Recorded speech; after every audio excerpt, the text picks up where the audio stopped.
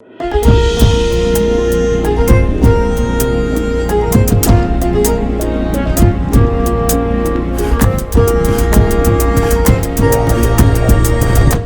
ጤና ይስጥልኝ ውድ የፈታ ዴሊ ተከታታዮቻችን፣ ይህ የዕለተ ሐሙስ የምሽት ጥንቅራችን ነው።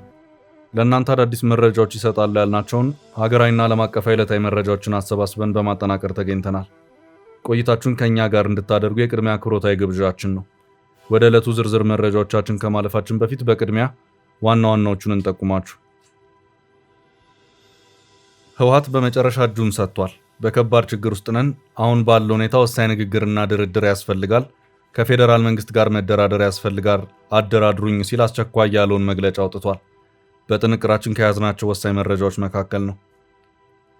ጀነራሉ የቀድሞ ጠቅላይ ሚኒስትር መለስ ዜናዊን ስም ተገን በማድረግ እየተደረገ ያለው እንቅስቃሴ ይቁም ሲሉ አሳስበዋል። ከምርጫው በኋላ ለጦርነት ዝግጅት አለ በሚል ተሸርበዋል ያሉትንም ሴራ አጋልጠዋል። አብራችሁን ቆዩ።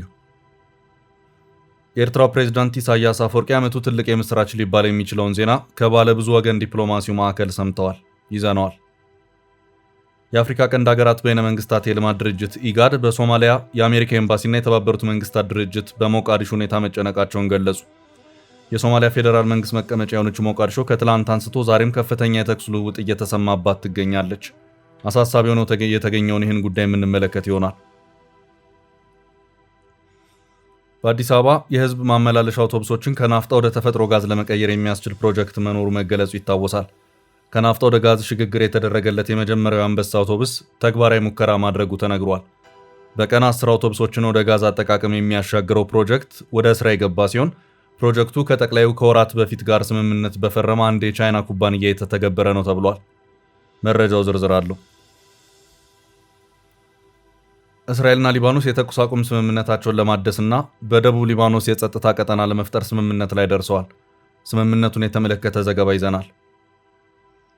የኢትዮጵያ ብሔራዊ ቡድንና የባህር ዳር ከነማ እግር ኳስ ቡድን ተጫዋች በነበረው አለልኝ አዘነ ግድያ ወንጀል የጋሞ ዞን ከፍተኛ ፍርድ ቤት በ16 እና 15 ዓመት ጽኑ እስራት ፈርዶባቸው የነበሩት ሚስቱና የእህቱ አባል ዛሬ ደቡብ ኢትዮጵያ ክልል ጠቅላይ ፍርድ ቤት ሰበር ሰሚ ችሎት በነፃ እንዳሰናበታቸው ተሰምቷል። በዛሬው ዕለት ይህ ጉዳይ ከፍተኛ የመነጋገሪያ አጀንዳ የሆነ ሲሆን የሟች ቤተሰብ በዚሁ አነጋጋሪ ክስተት ድምጻቸውን አሰምተዋል። ጥንቅራችን ይዞታል። እስከ ጥንቅራችን ፍጻሜ አብራችሁን ቆዩ። የምንለቃቸው ዕለታዊ ትኩስ ዜናዎች እንዲደርሷችሁ ላይክ፣ ሼር፣ ሰብስክራይብ ማድረግ እንዳትረሱ።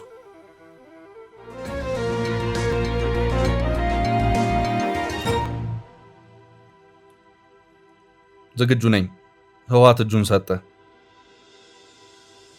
ህወሓት በመጨረሻ እጁን ሰጥቷል። በከባድ ችግር ውስጥ ነን።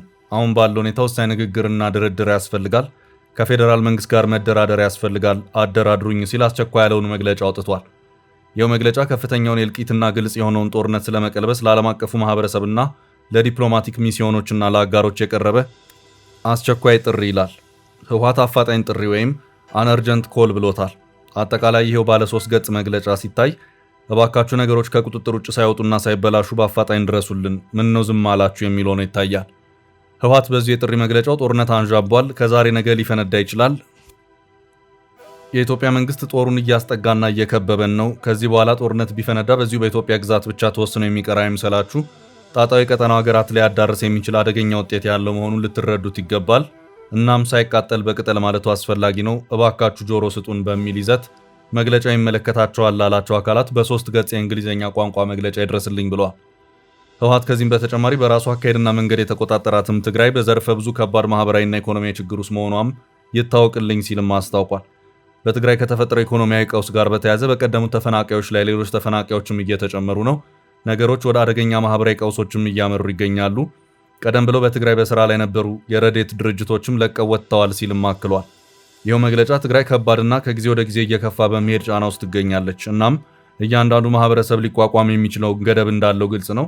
አሁን ነገሮች ከዚያ ገደብ እያለፉ ነውም ብሏል። ህወሓት ነገሮች ከብደዋል በማለትም እናም ምን ይደረግ በሚለው ዙሪያ መፍትሄ ይሆናል ያለውንም ጥሪ በመግለጫው አካቶ ታይቷል።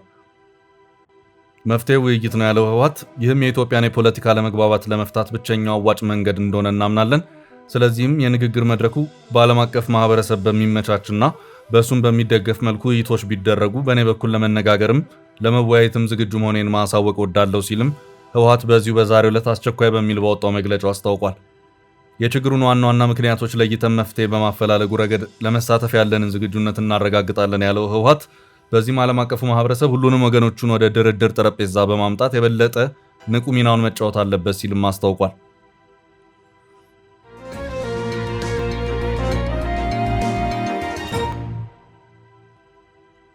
በቀጣይ ርዕስ በመለስ ዜናዊ ስም አትንቀሳቀሱ ጀነራሉ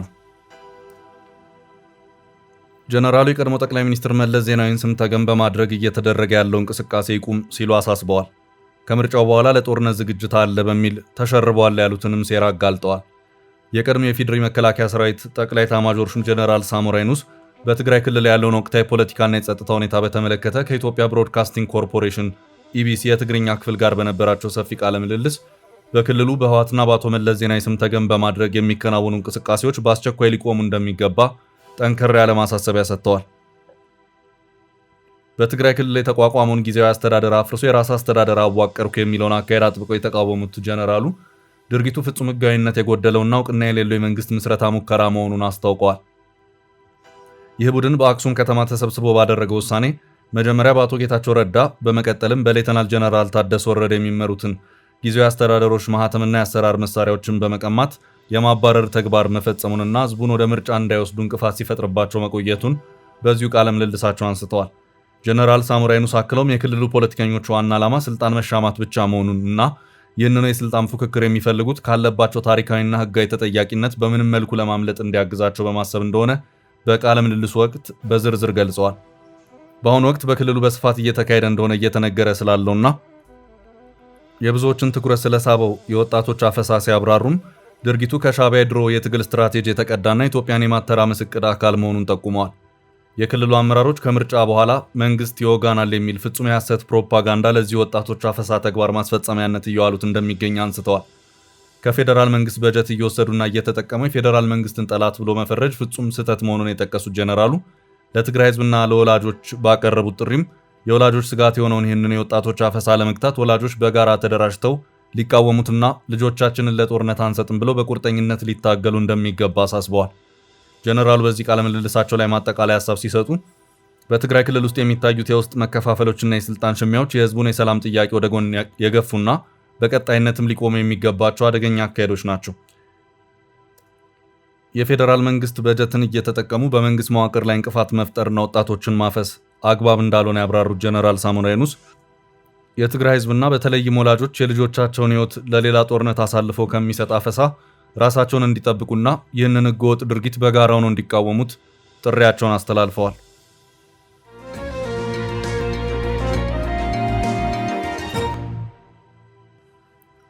በቀጣይ መረጃ ኢሳያስ የሰሙት የምስራች።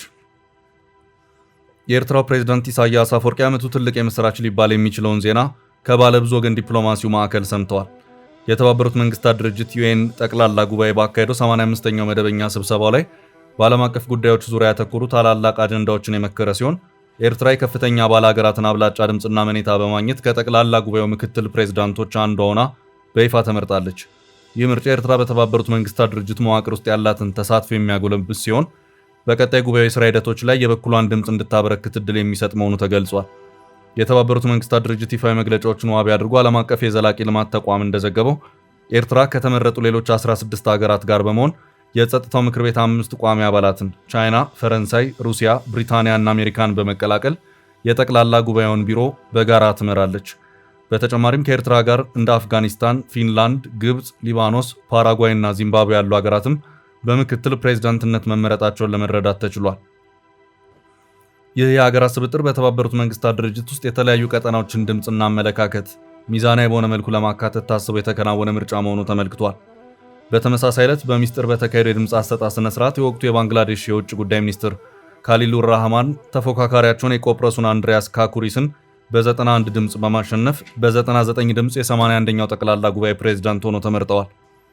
በነሐሴ ወር መጨረሻ ላይ ስራቸውን በይፋ የሚረከቡት ተመራጩ ፕሬዝዳንት ካሊሉር ራህማን ከአሸናፊነታቸው በኋላ ባደረጉት ንግግር የተባበሩት መንግስታት ድርጅት በአሁኑ ወቅት ከባድ የፋይናንስ ቀውስና ዓለም አቀፍ የእምነት ማጣት ጉድለት እየገጠመው መሆኑን ጠቅሰዋል። አባል ሀገራቱ ድርጅቱ መለወጥና የተሻለ ውጤት ማምጣት እንደሚችል በተግባር ማሳየት እንዳለባቸው ያሳሰቡት ፕሬዝዳንቱ በየደረጃው የሚደረገውን እያንዳንዱን አስተዋጽኦ ውጤታማ በማድረግ የጠፋውን እምነት ለመመለስ ከኤርትራና ከሌሎች ምክትል ፕሬዝዳንቶች ጋር በጋራ እንደሚሰሩ አስታውቀዋል።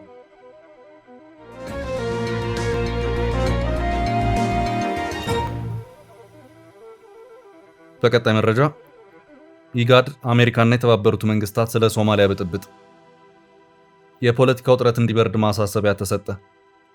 በሶማሊያ ዋና ከተማ ሞቃዲሾ በሳምንቱ በመንግስት ወታደሮችና በተቃዋሚ ታጣቂዎች መካከል ግጭት መካሄዱ ይታወሳል።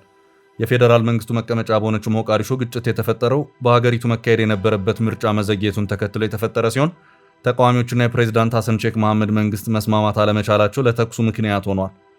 ከሰሞኑ በርካታ ንግግሮች ቢደረጉም ውጥረቱ ከመብረድ ይልቅ ወደ ተኩስ አድጓል። ይህን የተመለከተው የቀጠናው ጥምረት ኢጋድ በሶማሊያ መረጋጋት እንዲሰፍር ዛሬ ጥብቅ የሆነ ጥሪ አድርጓል።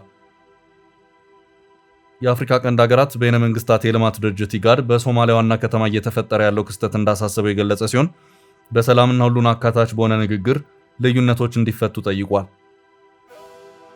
ላለፉት 2 አስርት ዓመታት በሶማሊያ ሰላም ለማምጣት፣ መረጋጋት ለማስፈን፣ ሀገራዊ አንድነትን ለማስፋፋት እንዲሁም ሀገረ መንግስቱን ለማጽናት የተደረጉ ልፋቶችና የተገኙ ውጤቶች ላይ አደጋ የጋረጠ ቀውስ ስለመሆኑ የኢጋድ ዋና ጸሐፊ ዶክተር ወርቅነህ ገበየሁ ገልጸዋል።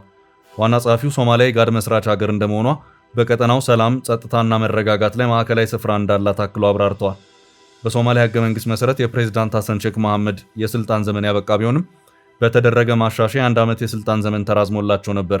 የሶማሊያ መንግስት ተቋሚዎች ግን የስልጣን ጊዜው መራዘሙን ይህ ህገ መንግስታዊ በማለት በዛሬው ዕለት በመዲናዋ ከፍተኛ የተቃውሞ ሰልፍ ጠርተው ነበር። ታዲያ ይህንን ተከትሎ በዋና ከተማ በተለያዩ አካባቢዎች ከትላንት ጀምሮ የተኩሱ ድምፅ ሲሰማ የነበረ ሲሆን ሌሊቱንም ተኩሱ ቀጥሎ ማደሩን የከተማዋ ነዋሪዎች ለዜና ምንጮች ተናግረዋል። የሶማሊያ ፖሊስ በተወሰኑ አካባቢዎች የሞርታር ጥቃት በፈጸሙና በከፍተኛ ሁኔታ በታጠቁ ታጣቂዎች ላይ መጠነ ሰፊ የጸጥታ ዘመቻ እያካሄደ መሆኑን አስታውቋል። በሞቃዲሾ የተቃዋሚ አመራሮችና አባላት መኖሪያን ፖሊስ ኢላማ ማድረጉን ተቃዋሚዎቹ እየገለጹ ይገኛሉ። ተቃዋሚዎች ፕሬዝዳንት ሐሰን ሼክ መሐመድ መንግስታዊውን የጸጥታ ተቋምና ኃይል አላግባብ በመጠቀም ስልጣናቸውን ለማስቀጠል እየጣሩ ነው ሲሉም ከሰዋል። ፕሬዝዳንት መሐመድ ሶማሊያን ወደ ዴሞክራሲያዊ ምርጫ ለመውሰድ በሚል የጎሳ መሪዎች ተወካዮቻቸውን የሚመርጡበትን ስርዓት ቀይረው ቀጥተኛ ፕሬዝዳንታዊ ምርጫ ማድረግ ወደሚያስችል ስርዓት ለማሸጋገር ጥረት እያደረጉ ሲሆን ይህም በተቃዋሚዎችና በተወሰኑ የሶማሊያ ግዛቶች ዘንድ ተቃውሞ እየገጠመው ይገኛል። ሶማሊያ አንድ ሰው አንድ ድምፅ በሚል መርህ ምርጫ ያካሄደችው እንደ አውሮፓውያን አቆጣጠር በ1969 ሲሆን ከዚያ በኋላ ባሉ 30 ዓመታት በላይ በእርስ በእርስ ጦርነት ስትታመስ ቆይታለች። ወደ አንድ ሰው አንድ ድምፅ ምርጫ የሚያሸጋግረው የህገ መንግስት ማሻሻያ የተደረገው ባለፈው ዓመት ላይ ነበር። በሞቃዲሾ እየተሰማ ያለው ተኩስ ቀኑን ሙሉ ቀጥሎ መዋሉን የቢቢሲ ዘገባ ሲያረጋግጥ ግጭቱን ተከትሎ በከተማው አንዳንድ አካባቢዎች እሳትና ጭስ እየታየ መሆኑ ተነግሯል።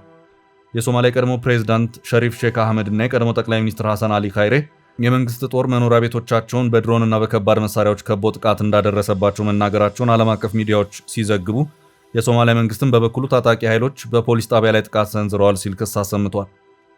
የሶማሊያ ጉዳይ ከኢጋድ ባሻገር የዓለም አቀፍ ተቋማትንም ስጋት እየቀሰቀሰ ይገኛል።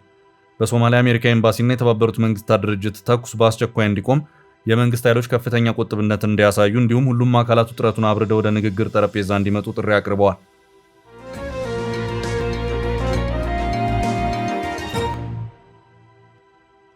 በቀጣይ መረጃ ከናፍጣ ወደ ጋዝ ሽግግር የተደረገለት የመጀመሪያው አውቶቡስ። የኢትዮጵያ ሕዝብ ማመላለሻ አውቶቡሶችን ከናፍጣ ወደ ተፈጥሮ ጋዝ ለመቀየር የሚያስችል መጠነ ሰፊ ፕሮግራም ወደ ትግበራ መግባቱ ተዘገበ። ከናፍጣ ወደ ጋዝ የሚደረገው ሽግግር እየተተገበረ ያለው አንድ የቻይና ድርጅት መሆኑን ዘገባው አመልክቷል። ቻይና ዴይሊ የተሰኘው የዜና ምንጭ በቻይናው ኩባንያ የመጀመሪያው ማሻሻያ የተደረገለት አውቶቡስ በአዲስ አበባ የጎዳና ላይ ፍተሻውን በተሳካ ሁኔታ ማጠናቀቁን ዘግቧል። የአዲስ አበባ የህዝብ ትራንስፖርት አውቶቡሶችን ከናፍጣ ወደ ጋዝ አጠቃቀም ለመቀየር እየሰራ ያለው የቻይናው GCL አፍሪካ ኢንዱስትሪያል ግሩፕ መሆኑን ዘገባው አመልክቷል። እንደ ቻይና ዴይሊ ዘገባ ከሆነ ፕሮጀክቱ በአዲስ አበባ አገልግሎት የሚሰጡ ከ2000 በላይ ህዝብ ማመላለሻ አውቶቡሶችን በ8 ወራት ውስጥ ለመቀየር ያለመ ነው። በተጨማሪም የመንግስት ንብረት የሆኑ የመርሴዲስ ቤንዝ አውቶቡሶችን ለመቀየር ተጨማሪ ዝግጅት እየተደረገ ይገኛል። ፕሮጀክቱ ወደ ስራ የገባው ባለፈው ዓመት ጥቅምት ወር ላይ በጠቅላይ ሚኒስትር አብይ አህመድ እና በቻይናው GCL ግሩፕ ሰብሳቢ ዡ ጎንግሻን መካከል የተደረገውን ስምምነት ተከትሎ መሆኑ ተዘግቧል። ፕሮጀክቱ አዲስ አበባን ብቻ የሚመለከት ሳይሆን እንደ ሀገር ኢትዮጵያን ከነዳጅ ወደ ጋዝ የኃይል ሽግግር አጀንዳ የሚደግፍ ዋነኛ ፕሮጀክት መሆኑን ዘገባው አመልክቷል። ከናፍጣ ወደ ጋዝ ቅየራውን እያደረገ ያለው የቻይናው ድርጅት ፍቃድ ከመሰጠቱ በፊት የመዲናዋን የአውቶቡስ ሞዴሎችና የአሰራር ሁኔታዎች ለመገምገም ላለፉት 3 ወራት ጥናት ሲደረግ መቆየቱን ቻይና ዴይሊ አመልክቷል። በተጨማሪም ከሁለት የመንግስት የህዝብ ትራንስፖርት ኦፕሬተሮች ጋር አጋርነት መመስረቱን ገልጿል። ከናፍጣ ፍጆታ ወደ ጋዝ የተቀየረው የመጀመሪያው አውቶቡስ የጎዳና ላይ ሙከራውን ያደረገው ግንቦት 4 ቀን ሲሆን ይህም ለፕሮግራሙ ትልቅ ምዕራፍ ነው ተብሏል። ትግበራ አሁን ላይ ወደ ሰፊ ምዕራፍ እየገባ ሲሆን በ5 ስፍራዎች ወይም ጋራዦች በቀን በአማካይ 10 አውቶቡሶችን የመቀየር ግብ ተይዞለት የ24 ሰዓት ሙሉ አገልግሎት እንደሚሰጥ የሚጠበቅ መሆኑን መረጃው አመልክቷል።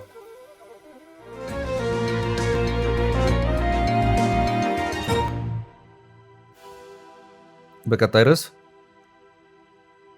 ያለልኝ አዘነ መዝገብ አልተዘጋም።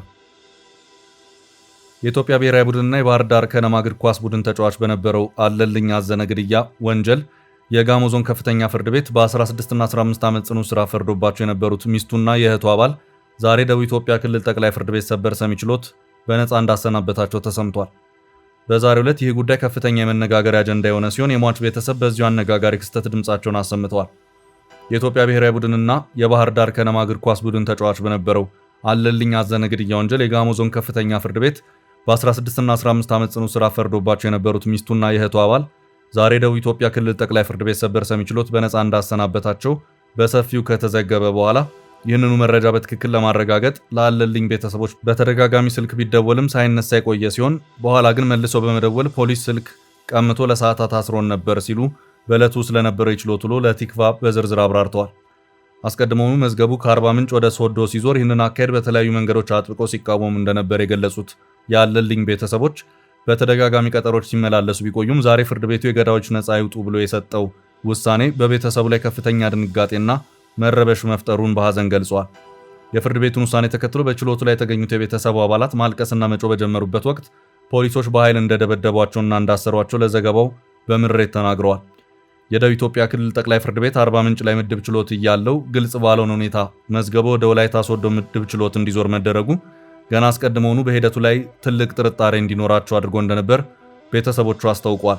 ውሳኔው በተሰማበት ወቅት የተፈጠረውን ሁኔታ የገለጹት የቤተሰቡ አባል ሁሉም የቤተሰብ አባል ማልቀስ ሲጀምሩ ፖሊስ አዛውንቷን የሟችን አለልኝን እናት ሳይቀር በመሳሪያ ሰደፍ ይደበደብ እንደነበርና በአሁኑ ወቅት እናቱ በተለይ ራሳቸውን እንደሳቱ አባቱ መናገር በማይችሉበት ሁኔታ ላይ እንደሚገኙ አስረድተዋል።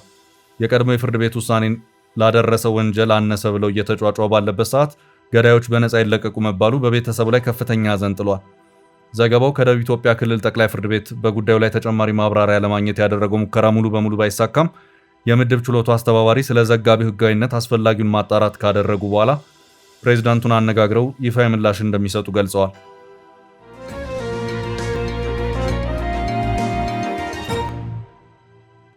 በቀጣይ ርዕስ እስራኤልና ሊባኖስ የተኩስ አቁም አደረጉ።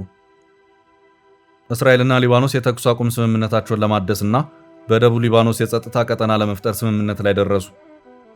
በሁለቱ ሀገራት መካከል ባለፈው ሚያዝያ ወር መጀመሪያ ላይ የተኩስ አቁም ስምምነት ተደርሶ የነበረ ቢሆንም እስራኤልና ሂዝቦላ የተኩስ ልውውጥ ማድረግ መቀጠላቸው ይታወቃል። በያዝነው ወር እንደ አዲስ በተነሳውና በእስራኤልና በኢራን በሚደገፉ ታጣቂዎች መካከል በተቀሰቀሰው ጦርነት ከ3300 በላይ ሰዎች ሲገደሉ ከ10000 በላይ ሰዎች ደግሞ ጉዳት ደርሶባቸዋል።